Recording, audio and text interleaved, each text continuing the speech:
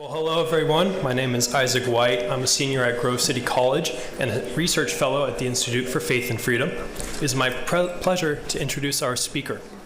Marc Thiessen is a former White House chief speechwriter, a Fox News contributor, and a columnist at the Washington Post, where he writes a weekly column on politics, foreign, and domestic policy.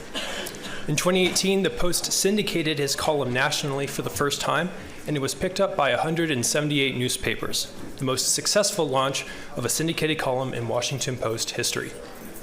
Marc served as a member of the White House senior staff under President George W. Bush, where he was chief speechwriter to the president and the lead author on 2 State of the Union addresses, and worked closely with President Bush on hundreds of speeches. Before that, Marc served as chief speechwriter to Secretary of Defense Donald Rumsfeld. He was in the Pentagon when it was hit on September 11th, 2001, and traveled 250,000 miles around the world with Rumsfeld, visiting more than 50 countries, including multiple visits to Afghanistan and Iraq. His inside account of the CIA's terrorist interrogation program, Courting Disaster, is a top 10 New York Times bestseller. He is also the co-author with former Wisconsin Governor Scott Walker of the bestseller Unintimidated. He is a resident fellow at the American Enterprise Institute, where he studies American presidential leadership and U.S. foreign and defense policy issues. He is a co-host of AEI's flagship podcast, What the Hell is Going On, where he has interviewed Nobel Prize-winning researchers, Pulitzer Prize-winning journalists, foreign and military leaders, Democratic and Republican members of Congress, cabinet secretaries, governors, and President Donald Trump, among many others. His wife, Pamela, served as the Republican staff director of the Senate Homeland Security Committee. They live in Alexandria, Virginia, and have 4 children. Please join me in welcoming Marc Thiessen to the podium.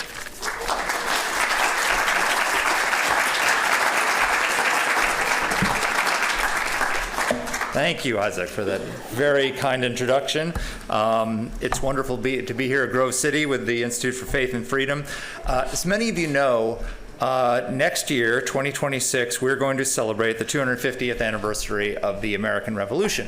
What many don't realize is that the official commemoration starts not next year, but next week. On April 19, 2025, when we mark the anniversary of the battles of Lexington and Concord and the shot heard around the world, which started our battle for independence and launched the greatest experiment in ordered liberty in human history. I was captivated by Paul's story of Frank Capra's life and his upbringing here in the United States, and it reminds us that the reason we can make an audacious claim to be an exceptional nation is because we're the first country in human history that was built not on blood and soil, but on an idea, the idea of human freedom. And that anyone, because of that, anyone can become an American. There are many people who trace their lineage back to the Mayflower and are very proud of that sort of American aristocracy. What they don't seem to realize is if your ancestors came on the Mayflower, they were boat people. They were descended from the riffraff of 17th century Europe, and they came here for the same reason that people are coming today, to seek a better life than they faced in the land of their birth. What makes us unique, as Ronald Reagan famously said once, is you can go live in France, but you can't become a Frenchman. You can go live in Germany or Turkey or Japan, but you can't become a German or Turk or a Japanese. But anyone from any corner of Earth can come to America and become an American. With the rise of the MAGA movement and Trumpism, there are a lot of people who are very worried about the rise of nationalism in America. This is precisely why we don't need to fear the rise of nationalism in America, because in Europe, nationalism is based on ethnicity. Our nationalism is a creedal nationalism, a commitment not to the supremacy of the American race, but the supremacy of the American idea. Our nationalism is inherently inclusive. Anybody can become it. All you have to do is sign up to the American creed, to accept, as long as you come here legally, and you accept our Constitution and our founding principles. European nationalism is inherently exclusive because it's built on blood and soil. And as several of the speakers have pointed out this morning, our creedal nationalism is under unprecedented assault here in this country today. It's under lesser assault for some corners of the right who are trying to foist a European-style blood and soil nationalism on America, which just doesn't work, and I don't think that's going to have very much success. But on the left, many are trying to convince young Americans that America is a systemically racist country that isn't really all that great. We see this in the rise of DEI and the spread of critical race theory, which is a neo-Marxist ideology which teaches that all human relationships are relationships of power between an oppressor class and an oppressed class, and the oppressor class must be thrown in, that no holds barred to anyone who wants to overthrow the oppressors. They're teaching our children that America was founded to perpetuate slavery and that American civilization is irredeemably racist. And these ideas are having an impact on the younger generation. In 2003, around the time many students here at Grove City College were born, the number of Americans, well, I'll ask you all a question. Who's extremely proud to be an American? Everybody in this room. In 2003, the number of Americans who told Gallup that they were extremely proud to be American was 70%. Today, 2 decades later, 39%. Among young Americans, 18%. And among young Democrats, 12%. How sad is that? And that's why the work of the Institute of Faith and Freedom is so important. You're helping lead a revival in patriotism and in belief in the American idea among young people today, and that work has never been more important than it is today. And so I think the celebration of I had to look up what the phrase is, our semi-quincentennial. Doesn't roll off the tongue like bicentennial did when I was a kid. But it's an historic opportunity to pass on and reinvigorate belief in those founding principles for a new generation in an era where neo-Marxist radicals, they reject, critical theory rejects the ideas of democracy, free speech, reason, and the search for truth, because they say these are just tools that the oppressor class uses to dominate the oppressed. We're instilling here in this institution a deep-seated commitment to the fundamental pursuit of truth and faith and freedom, and so I thank you for what you're doing. And that brings me to what we came here to discuss today, which is we're blessed to celebrate the semi-quincentennial of our founding, of the American founding, with a president who's not ashamed of the American founding. A president who said in his inaugural address 80 days ago, because we're on the 80th day of the first 100 days, that our ancestors turned a small group of colonies on the edge of a vast continent into a mighty republic. They pushed thousands of miles through rugged land of untamed wilderness, won the Wild West, ended slavery, laid down the railroads, raised up skyscrapers, built great highways, won 2 world wars, defeated fascism and communism, and triumphed over every single challenge that they faced. How refreshing it is to have a president who believes that about America again.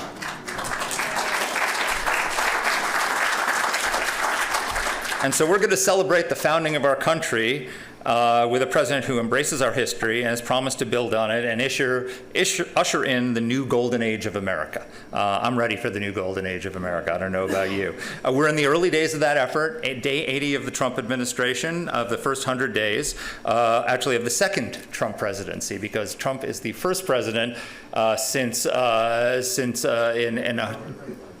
Grover Cleveland to have lost the White House and then won it back 4 years later, though he faced a little bit more of a challenge than Grover Cleveland did in doing that.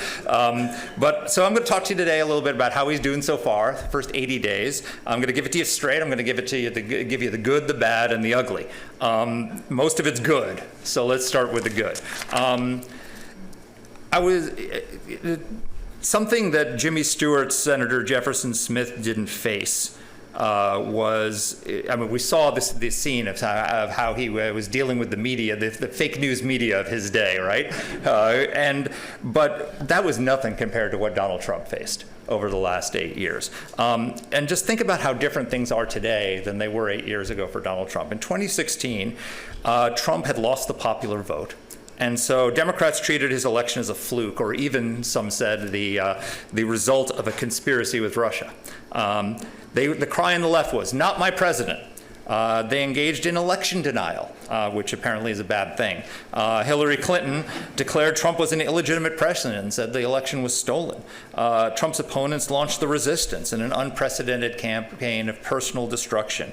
Over the past 8 years, they threw everything they had at him. He survived it all. The Mueller probe, 2 impeachments, 91 indictments at the federal, state, and local level. Charles Manson faced 8. He survived civil suits designed to bankrupt him, and even in 2 assassination attempts. And not only did he survive, he emerged stronger than ever before. In November, Americans rejected the campaign of personal destruction, delivered him a swing state sweep, a decisive popular vote victory, and unified control of the federal government. And what that means is there is no way for Democrats to dismiss him as an accidental president this time. He has staged the greatest political comeback in American history.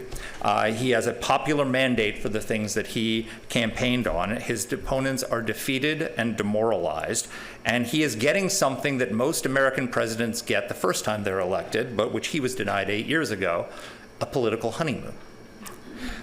He's got the highest approval ratings ever. Harvard-Harris poll said 7 in 10 Americans say he's doing a better job than Joe Biden did, which is a low bar. And meanwhile, the Democrats' approval is 29% in the latest CNN poll, which is a record low going back to 1992 and 20 points drop since January of 2021, a year ago. Most important, I think most Americans want Donald Trump to succeed. They're rooting for him to succeed because they know that his success is our success as a country. So it's a very different situation than we had 8 years ago when the first Trump presidency began. A recent Harvard-Harris poll found that 7 in 10 Americans want Democrats to wait and see what Donald Trump does before they start opposing him. They want Democrats to work with him on eliminating waste, securing the border, strengthening the economy. That's not what the Democrats are doing. Instead, they're standing in front of USAID fighting to preserve foreign aid. They're fighting the Doge's efforts to get rid of waste, fraud, and abuse. They're opposing the deportation of illegal aliens with criminal records. They're opposing banning men from competing in women's sports. They are constantly positioning themselves on the wrong side of 80-20 issues, which will only drive their 29% approval even lower if they keep it up. But most worrisome is the campaign of lawfare hasn't ended. It's just metastasized into a new way. They are just using the courts in a different way to go after Trump. Instead of indictments designed to prevent him from becoming president again, they're filing lawsuits to prevent him from delivering on the promises he made to the American people. Liberal district court judges are imposing something called nationwide or universal injunctions to stop him from executing his agenda. And this new campaign of lawfare is unprecedented. In all of the 20th century, federal judges imposed a grand total of 27 nationwide injunctions. In Trump's first term, there were 64.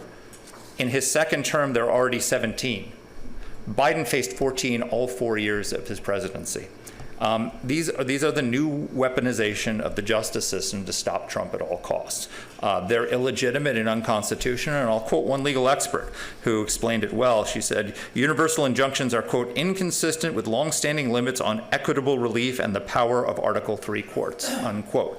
That legal expert was Biden's Solicitor General Elizabeth Prelogar, who was upset about the 14 injunctions that her boss faced. We're already at 17 and we're not even in the first 100 days. The Supreme Court recently ruled in Trump's favor in lifting an injunction barring him from firing federal workers and ones barring him from using the 1798 Alien Enemies Act to deport gang members.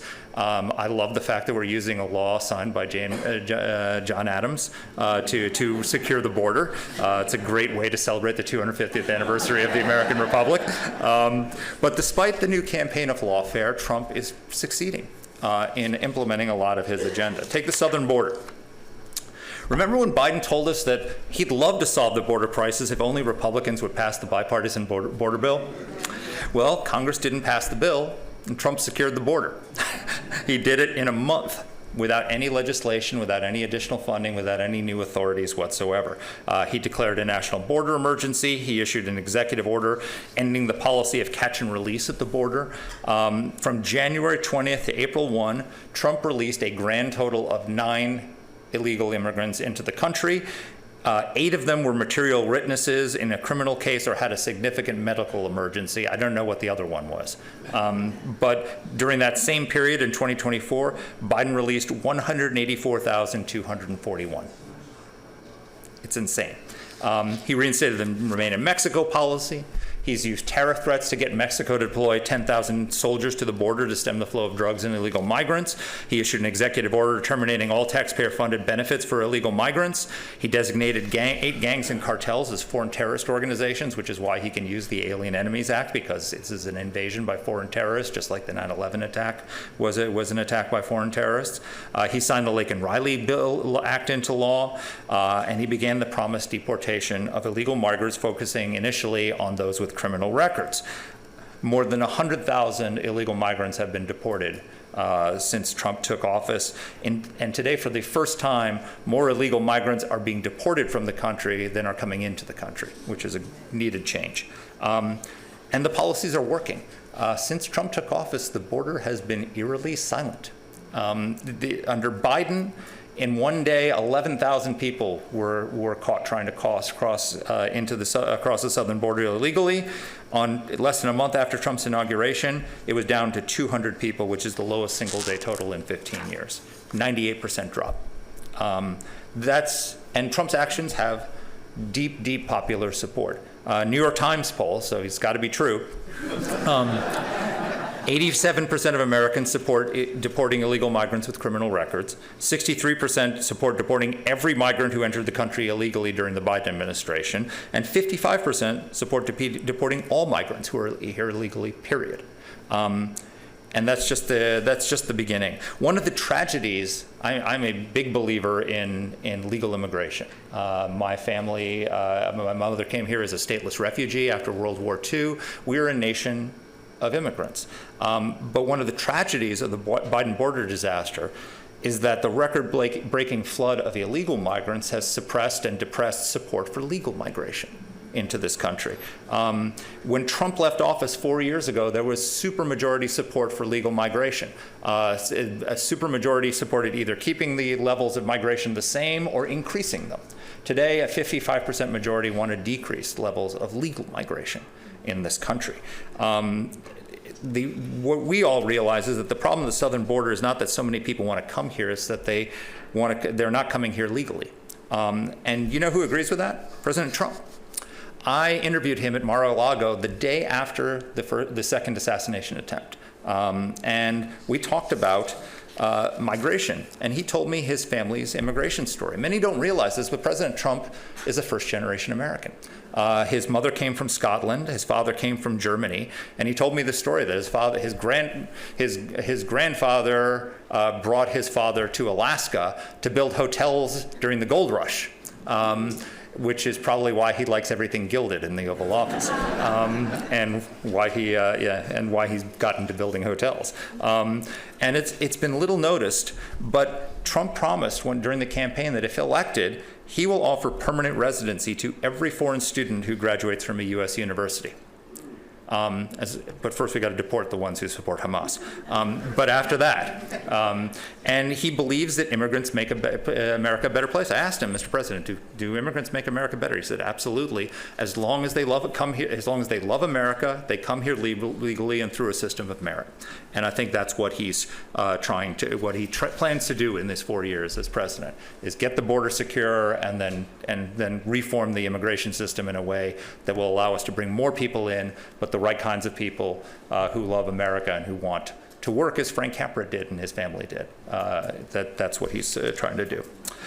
He's also taking bold action to root out waste, fraud, and abuse in the federal government. He put Elon Musk in charge of the new Department of Government Efficiency. And by the way, do you know who the founder of the Department of Government Efficiency is? Barack Obama. It was Barack Obama who started the U.S. Digital Service, which Trump renamed the U.S. Doge Service.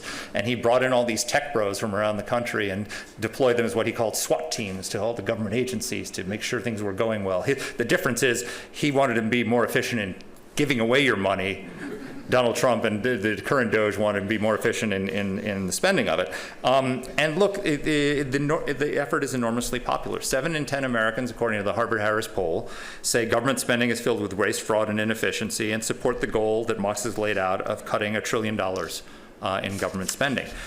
They're right. And you don't need to take Musk's word for it. So I'm going to give you some statistics. Last March, the Government Accountability Office issued a report in which it estimated the federal government had spent a whopping $236 billion in improper payments during the previous fiscal year. $236 billion. That included $175 billion in payments to dead people and people who no longer qualified for federal assistance, and $44.6 trillion in what they called unknown payments, meaning they lost the money. They have no idea where it went. $44.6 billion.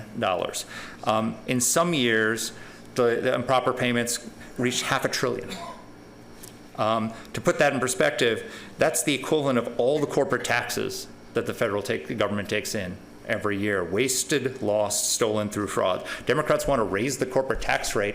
They lost all the corporate taxes they took in. Before you're going to raise the corporate tax rate, maybe you should find the money you lost that the corporations paid. Over the past 2 decades, the government wasted $2.4 trillion. Trillion with a T. And that's just an estimate before Musk's Doge gets into the accounting with forensic accounting. Some of the stuff they're uncovering is unbelievable. The National Institutes of Health, which gives grants to a lot of these universities for health research, they discovered that Harvard was charging 69% on top of the research grants for administrative fees. Harvard University is a hedge fund disguised as an educational institution. They have multi-billion dollar endowment. Why are they charging American taxpayers to pay for their administrative fees? So they're capping that at 15% going forward, which is what's the standard for most charities. Every dollar that the federal government spends comes from the sweat of the brow of hardworking Americans, like a waitress, a cop, a sanitation worker, a bus driver who put in long hours to send that money to Washington. I used to work for Senator Jesse Helms, and whenever he's met tourists in the Capitol, he said, "Have you come to visit your money?" But it's true. It's their money, and we have a responsibility to spend it wisely. The fact that they're uncovering hundreds of billions of dollars in waste and theft is unconscionable. Now, are they making mistakes along the way? You bet. Are they being ham-handed about it in certain ways? Absolutely. But the outrage is not the way that Musk and Trump are going about uncovering the waste, fraud, and abuse. It's that nobody did it before. Nobody even tried. So, I'm willing to give them a lot of slack in terms of making mistakes as they go in trying to uncover this waste, fraud, and abuse. Then let's talk foreign policy, which is my favorite, my area of specialty at the American Enterprise Institute. When Trump left office 4 years ago, the world was at peace. Now, 4 years later, he's inherited a world on fire with wars raging on 2 different continents. Across the world, and he's working to bring an end to those conflicts, which he rightly believes would have never started if he had still been president. I think that's true. Across the world, Biden emboldened our enemies by sending a message that he feared escalation, which caused them to escalate, right? Trump makes our enemies fear escalation, which causes them to not escalate. That's the difference. And this is where one of the things that the isolationist right doesn't seem to understand about Donald Trump is Donald Trump is not an isolationist. This is the man who bombed Syria twice for using chemical weapons on his people. This is a man who killed Qasem Soleimani. This is a man who is, other than President Zelensky of Ukraine, is the only world leader to actually have attacked Russia, because he launched a cyber attack on the troll farm in St. Petersburg that was interfering in our elections, which is an act of war. He killed hundreds of Wagner mercenaries in Syria who were threatening U.S. forces. This is not a man who shies away from using military force, but he uses it to force our enemies to stand down, and thus avoids getting us into war, much like Ronald Reagan. He was the first president in his first term on whose watch America didn't get involved in another foreign war since Ronald Reagan. And what he does is he deploys a strategy of escalation dominance. He signals to our enemies that he's willing to go to the top of the escalation ladder and dares them to follow him up there. But he also offers them a path of negotiation to avoid conflict. One of the clearest examples of that is from his first presidency. President Trump warned the Iranians not to kill a single American in the Middle East.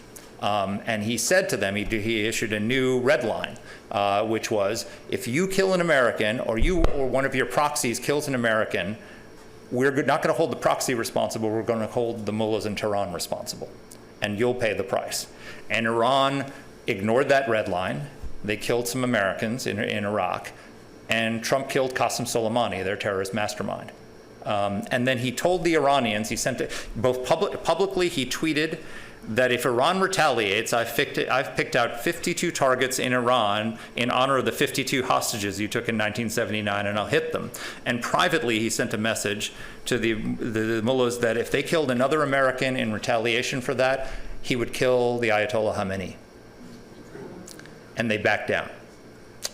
And now he's doing it again. He sent a letter to Iran's leaders, giving them 2 months to reach a deal on eliminating their nuclear program and stopping their support of terror across the Middle East. And he warned that if they fail to do so, they will face, quote, bombing the likes of which they have never seen before, unquote. And to back up that threat, he's deployed a contingent of B-2 Spirit stealth bombers to Diego Garcia, the Navy's island base in the Indian Ocean, which can carry the bunker buster munitions capable of destroying the Iranian nuclear program. And Iran has blinked. They're coming to the negotiating table with us this Saturday to talk. So we're going to see how that goes. But Iran has never been in a weaker position than it is today. Every one of Iran's terrorist proxies has been decimated, thanks to Bibi Netanyahu, who is probably, in my view, the greatest wartime leader since Winston Churchill. The Hamas has been annihilated. Hezbollah's entire leadership has been killed, and most of its fighters had pagers blow up in their hands. Trump is now pummeling the Houthis in Yemen. So all of their terrorist proxies are in the process of being destroyed. Iran has also lost its only Arab ally in Syria, which was the base for Russian forces in the MiddleAst. And Iran made the mistake of attacking Israel twice and failing to kill a single Israeli, except for one Bedouin guy who was killed unfortunately by a missile cartridge falling down. But they completely failed. But that gave Israel the pretext it needed to go in and attack Iran, and they took out all of their air defenses and all of their ballistic missile capabilities, but didn't touch the nuclear program, didn't touch their oil. And so what that means is Iran is strategically naked. They are unable to defend themselves, unable to retaliate directly or through proxy. That's not going to last forever. They're going to rebuild those capabilities. And so we have a window of opportunity, and Trump is using that window of opportunity to try and force them to peacefully give up their nuclear program, but if they won't give it up peacefully, he's going to end it. And God bless him for it. He's reimposed the maximum pressure economic campaign on them, which in his first term brought Iranian oil sales to almost to zero, 400,000 barrels a day, which is in global markets almost zero. So he's squeezing him economically, we're squeezing him militarily. We'll see what happens. He's also working to end the war in Ukraine. I've spent many hours talking about Ukraine with President Trump. I'm a big supporter of Ukraine. I think what Russia did in Ukraine is an absolute disgrace, and so does he.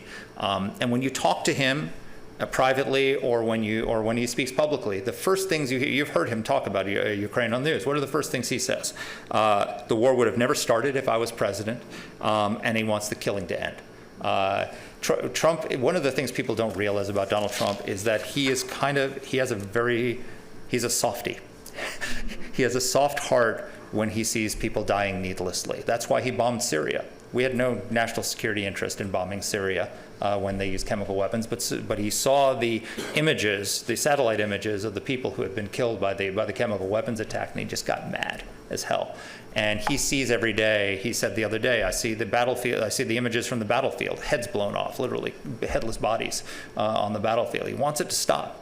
He wants the killing to stop. And so he's demanding two things. He wants an immediate ceasefire, unconditional ceasefire, and then he wants to negotiate a peace settlement to end the war permanently. Ukraine has signed up to the unconditional ceasefire. They said, we're in. Putin is not. He knows he can't say no to Trump, so he's giving him, okay, we'll do a Black Sea ceasefire, and we'll do a ceasefire on energy. But Trump's patience is wearing thin. He said the other day that he's starting to get pissed off at Putin. And I think at some point very soon, if the fighting doesn't end, Putin may find himself where Iran is, at the wrong end of a maximum pressure campaign. Russia is incredibly vulnerable to a maximum pressure campaign right now. They are weak militarily and economically. Just to give you some statistics, in 2024, Russian forces took a grand total of 1,609 square miles of territory in Ukraine. That's the equivalent of about 15% of Haiti. Not a lot of territory. And most of it was fields, small settlements, no major cities, nothing of any strategic significance. You know what the cost they paid for that? 427,000 Russian casualties. They lost 12,000 tanks and armored combat vehicles and 13,000 artillery systems that were destroyed, taking that tiny postage stamp size of land. Russia loses about 350 tank and artillery barrels each month. They only produce 20 replacements. So the Wall Street Journal estimates that by sometime next year, they'll be out of tanks. And so what they've done, since they would have to preserve their armor, is they've started to do what the Ukrainians call meat assaults. They don't want to send heavy armor in because it's going to get destroyed, so they just send human waves of soldiers. And what they do is they send a wave and they let them get shot down. Then they send another wave and they let them get shot down, sometimes a dozen in a day. And then eventually the Ukrainians run out of ammo. And so they have to fall back. And that's how they take territory. I mean, this is evil on a scale that we haven't seen since Stalin and Hitler, in terms of the disrespect for the Ukrainian lives, the disrespect for Russian lives, and I understand why Trump wants it to stop. Putin's economic position is even weaker. They are spending 41% of state expenditures on the war. Can you imagine if we had to spend 41% of our state expenditures on a foreign conflict that most people don't understand or don't think we should be involved in? The spending, just like Biden's spending unleashed double-digit inflation here, it's unleashed double-digit inflation in Russia. Interest rates are skyrocketing. They have labor shortages because men are either fleeing not to fight or they're just dead. There's not enough people to work. Their budget deficit grew 14-fold. They've spent 24% of their liquid cash reserves on the war, and within 5 years they'll be completely depleted of all liquid cash reserves. So this is the only thing that's keeping the Russian economy going is oil and gas revenues, and if Trump does a maximum pressure campaign that shuts that down to zero the way he has it with Iran, the Russian economy will collapse. So he has all the cards, as he likes to say, in those negotiations. Trump is committed to helping Ukraine survive as a sovereign and independent country. He negotiated, the first agreement he negotiated on returning to the White House wasn't trade deals, it was anything else. It was an agreement with Ukraine to develop Ukraine's mineral and rare earths, which means that he wants to literally, not figuratively, invest in a sovereign and free Ukraine. And he knows that if Ukraine falls, he wants us to get paid back for the money that we gave to Ukraine to defend itself. And I'm glad we gave that money, and I'm also glad that he wants to get it back. Ukraine has a lot of wealth, a lot of mineral wealth. He knows that if Ukraine doesn't survive, Putin's not going to pay us back for the weapons we gave Ukraine to fight him.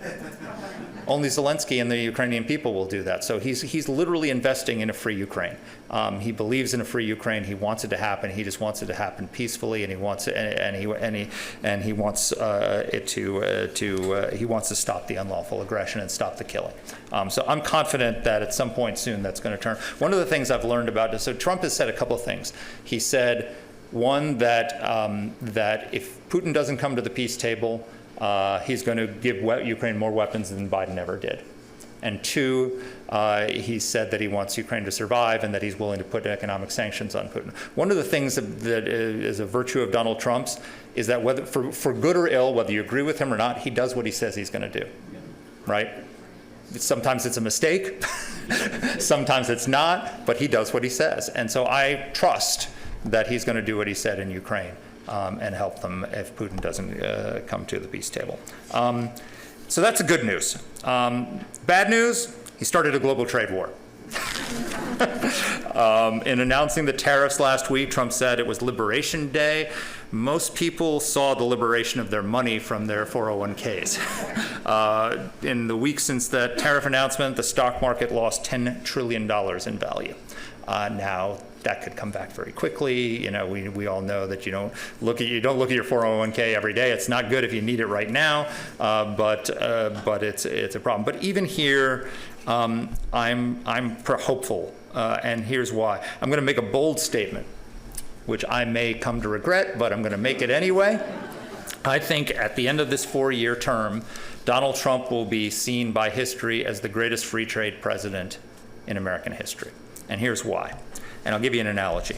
In his first term, Trump warned our NATO allies that if they did not meet their commitment to spend 2% of GDP, he wouldn't defend them. He wouldn't meet our Article 5 commitment to defend our NATO allies if they didn't spend the money. If they did spend the money, he would defend them, but the ones that didn't, he didn't feel an obligation to defend. Everybody set their hair on fire. Trump's destroying NATO. He's destroying the security architecture of the world that has kept the peace for 7 decades. How can he do this? Well, you know what happened? They spent $400 billion more on their defense. I worked for George W. Bush and Don Rumsfeld, and I went to every NATO summit and every NATO defense ministerial for the 8 years of the Bush presidency, and every speech I wrote was cajoling the Europeans to spend their 2% of defense. Donald Trump did it.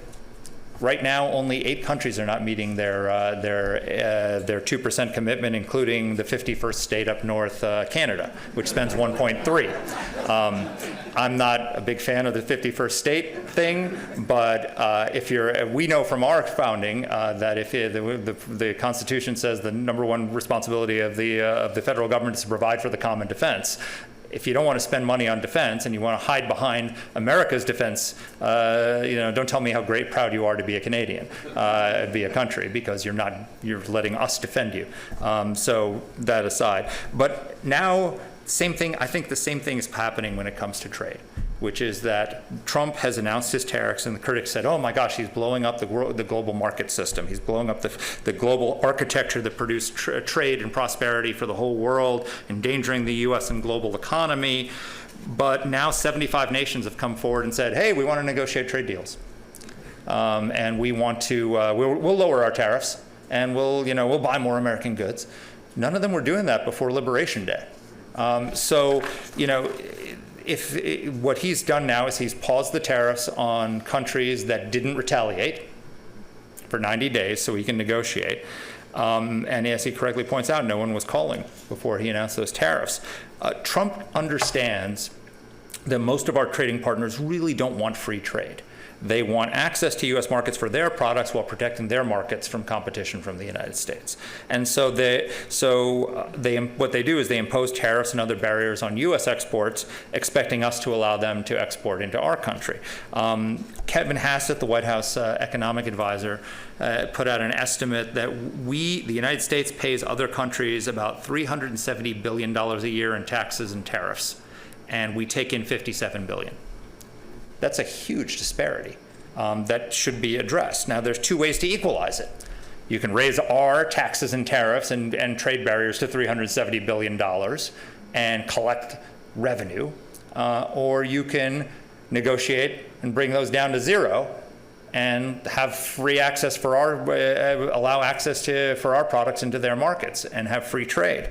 I prefer that approach, but you don't get the latter approach unless you're willing to do the former approach, which is what Trump is doing. I'm not sure yet that that's Trump's strategy or where he'll end up. There's a little bit of cognitive dissonance in the administration. Trump is the guy who says tariff is the most beautiful word in the English language.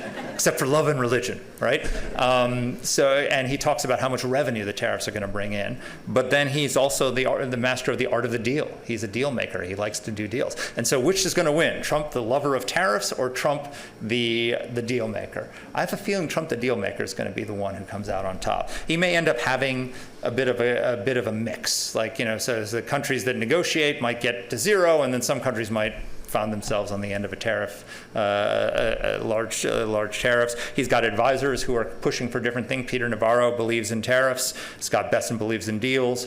We'll see how it shakes out. But I will tell you this, I think I know where Trump is, because I remember in 2018, he did an interview with Maria Bartiromo on Fox, and he talked about how when he was at the G7 summit in Canada, he made a sweeping proposal. He said to them, you know what? Let's just lower all of our tariffs, all of our barriers, all of our subsidies to zero. I'll sign it today.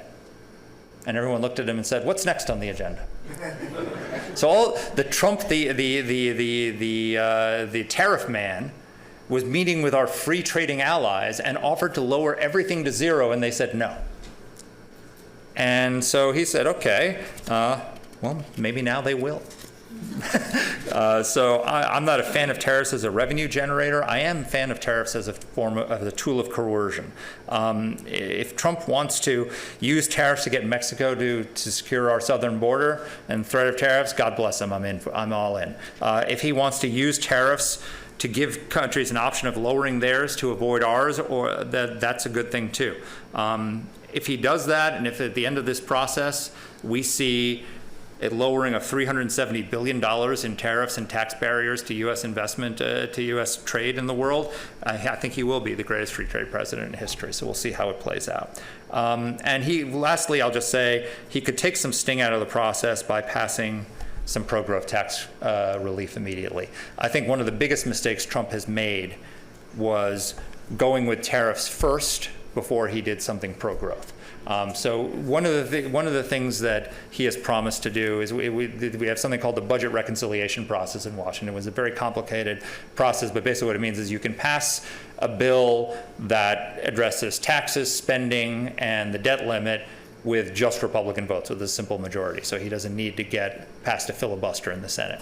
And he has an unusual situation, which is he usually only get to do that once a year. He gets to do it twice, because the Republican House and the Democratic Senate last year couldn't agree on a budget. So he gets to pass a budget for this year and for next, and so he gets to do two of these things this year. So what I advocated that he should do is do a mini reconciliation bill immediately and deliver on his promise to eliminate taxes on tips, eliminate taxes on overtime, eliminate taxes on Social Security income, and pay for that, and do that right away. So you're immediately delivering for all the new voters who came into your coalition. And the other thing he should do is extend the Trump 2017 tax cuts and make them permanent. Just do that, small bill. And you know how you pay for it? J.D. Vance had a bill in the Senate to tax the endowments of Harvard, MIT, and all the universities. And it would have brought in enough revenue to eliminate taxes on tips. Can you imagine the poetic justice of taxing Harvard to give a tax cut to working class Americans? It's perfect, right? But what it would also do would give the market certainty, it would inject a pro-growth agenda, and then they wouldn't freak out so much about the tariffs, right? And then you pass you can pass a second one that does more broad tax reform, provides border security, does some of the other things he wants to do. And then next year, he gets to do a third reconciliation bill because there's another budget, and he could pass all the DOGE recommendations.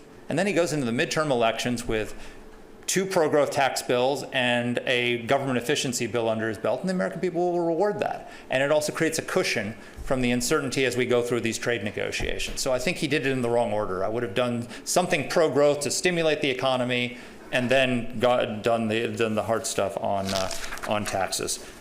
So I think if he did that, and he still can, there would be a trifecta of unprecedented achievements that he could take into the midterm elections. So there you have it. First 100 days, he's securing the border, rooting out waste, starting a trade war, but preparing to become the greatest free trade president in history. Maybe you agree, Maybe you disagree, but however you think, I think we can all agree that I'm sure glad I'm not standing up here talking about the first 100 days of the Harris presidency. Thank you.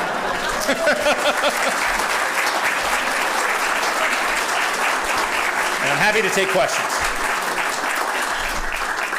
Over here, this gentleman.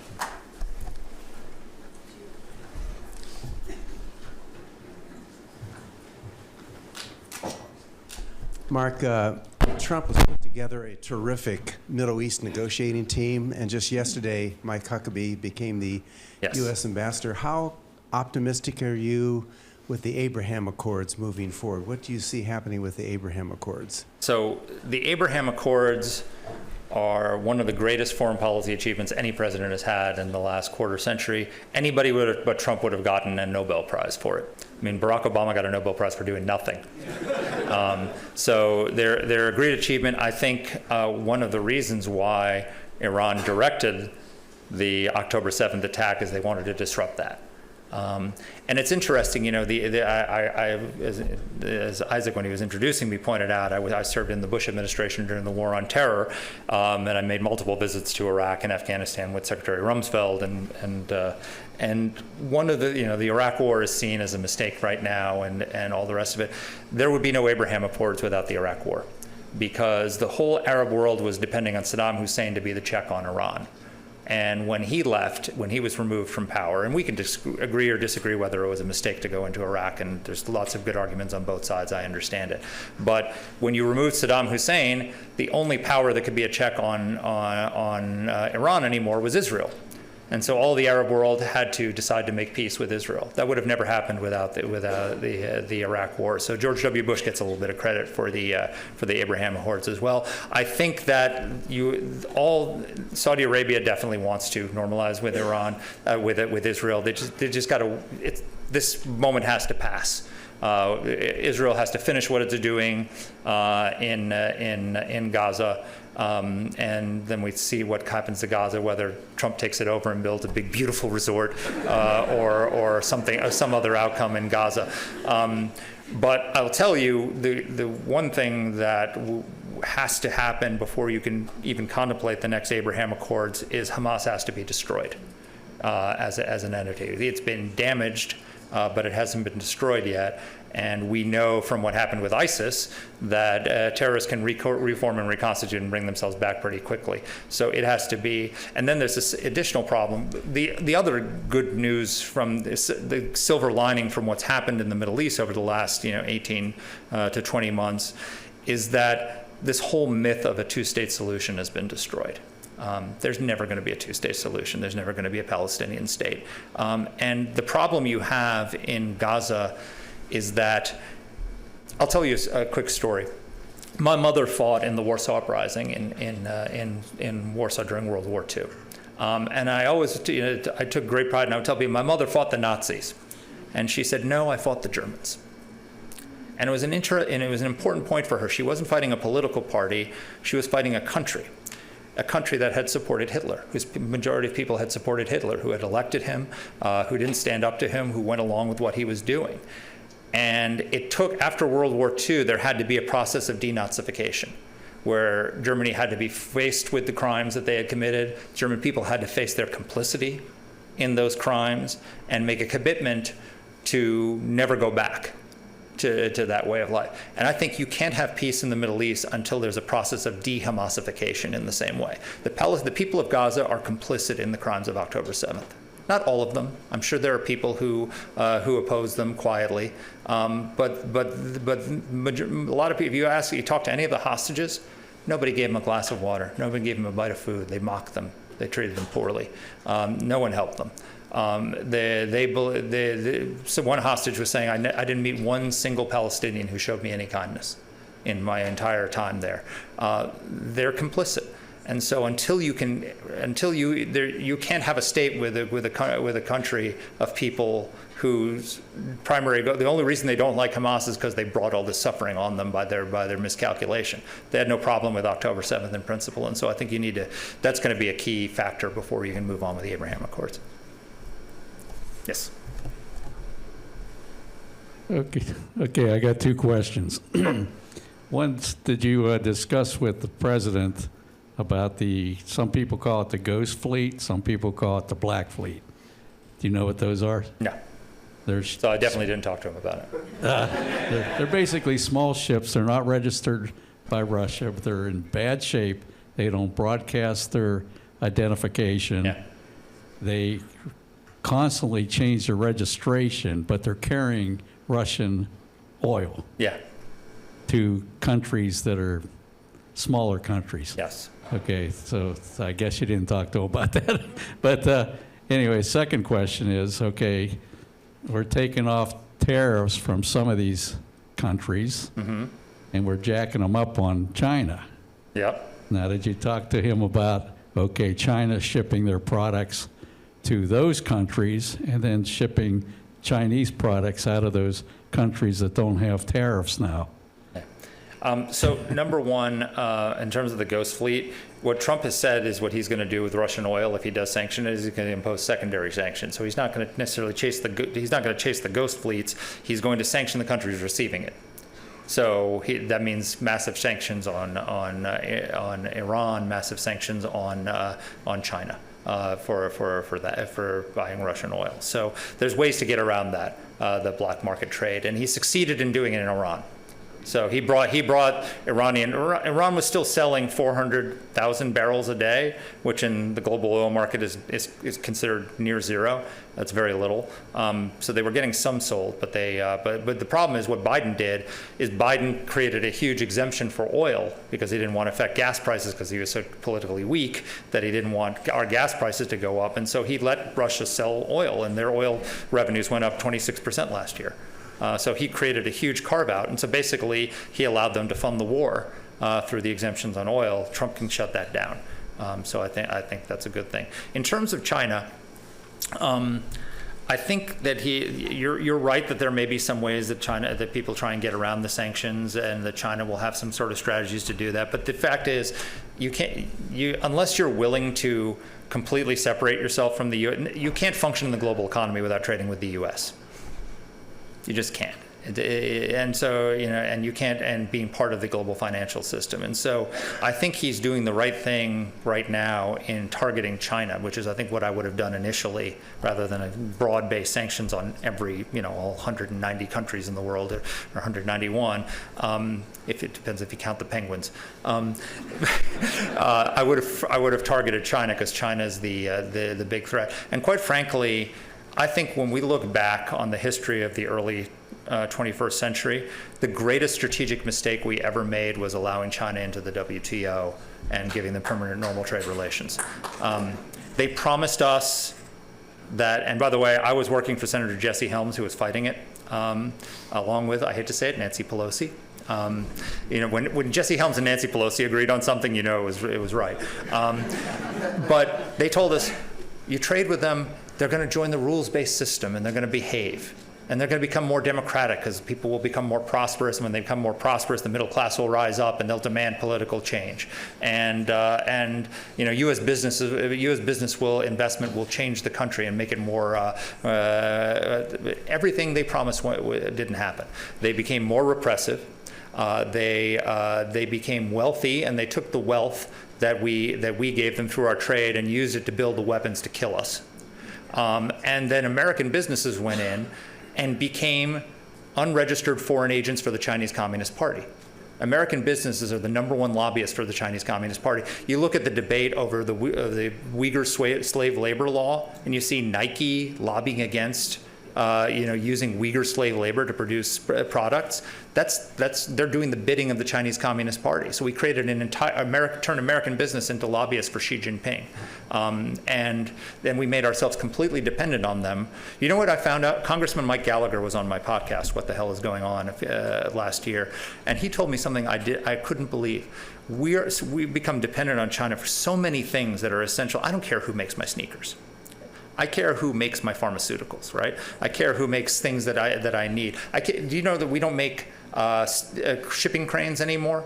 And so the Chinese produce 90% of the shipping cranes we use, and we found out that they had put radio transmitters that go back to Beijing so they could shut them down from Beijing if we ever got into a conflict. They can control them. So they could shut down. Remember all the problems we had at the ports when the ports were shut down during COVID? China could do that as a matter of strategy and just shut everything down. It's insane. But one of the things Congressman Gallagher pointed out to me, we're dependent on China for energetics. Energetics are what we put into our ballistic missiles to make them fire at China. And we're dependent on China for the energetics to make our missiles fire at China. How could we let that happen? It's insanity. So I'm not a protectionist. I'm a free trader. I believe everything Milton Friedman says about the free trade system and why it's better economically for our country. It raises prosperity and all the things that it's done for the world. But as a matter of fact, we learned during the pandemic that we shouldn't put virologists in charge of the economy. We're learning from China that we shouldn't put economists in charge of the economy, because there are other factors that come into these decisions, like national security. National security should have a say in our economy. And if we have to pay a little bit more for certain products in order that we have a steel industry that we can make ships with, and we can make our own pharmaceuticals, and we can make our own energetics, and we can make our own shipping cranes and control our ports, then I'm willing to pay a little bit more for that. It's not economically the best way of doing it. It's not maximizing the economic efficiency, but it's maximizing national security, which I think is important. Questions? Up in the top there. Dr. Minotti, give me the hook when I need to go.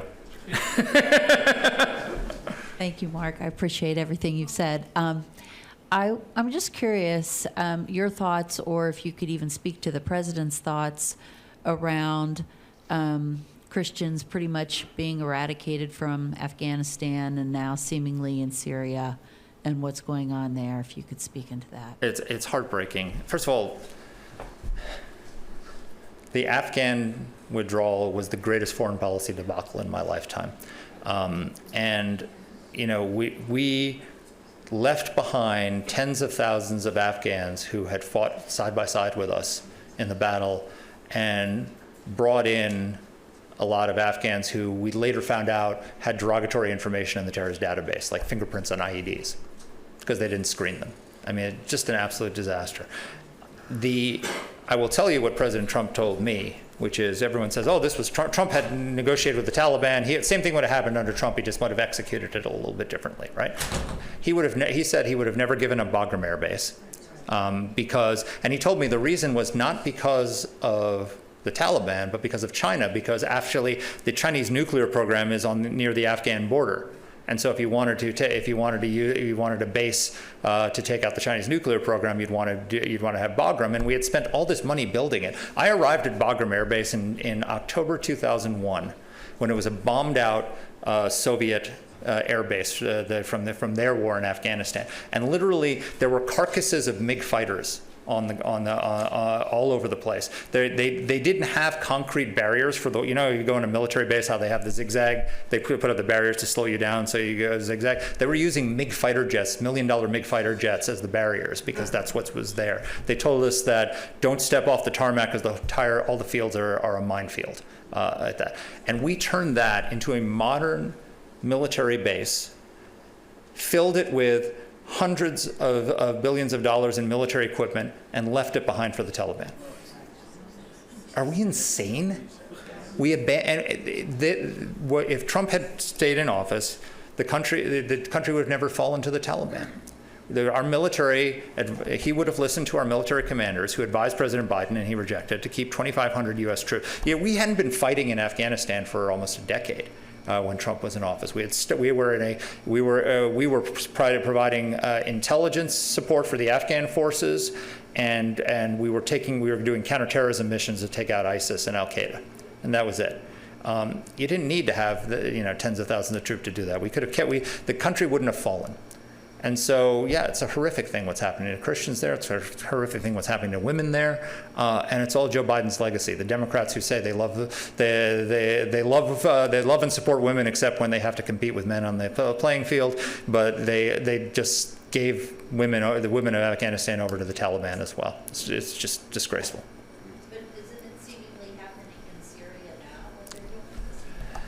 Yeah, so here's the thing. So the new Syrian government, the leader of the Syrian government, Jalani, is Al Qaeda.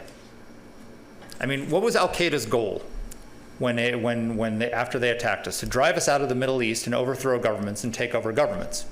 And they wanted to control a state. ISIS tried to do that by creating its own caliphate, and it didn't work. And Jilani was actually went to Iraq after the 9/11. He was so inspired by the 9/11 attacks that he went to Iraq to fight with Al-Qaeda in Iraq against the US. And then he was sent by Baghdadi, the leader of ISIS, to Syria to set up the fight over there.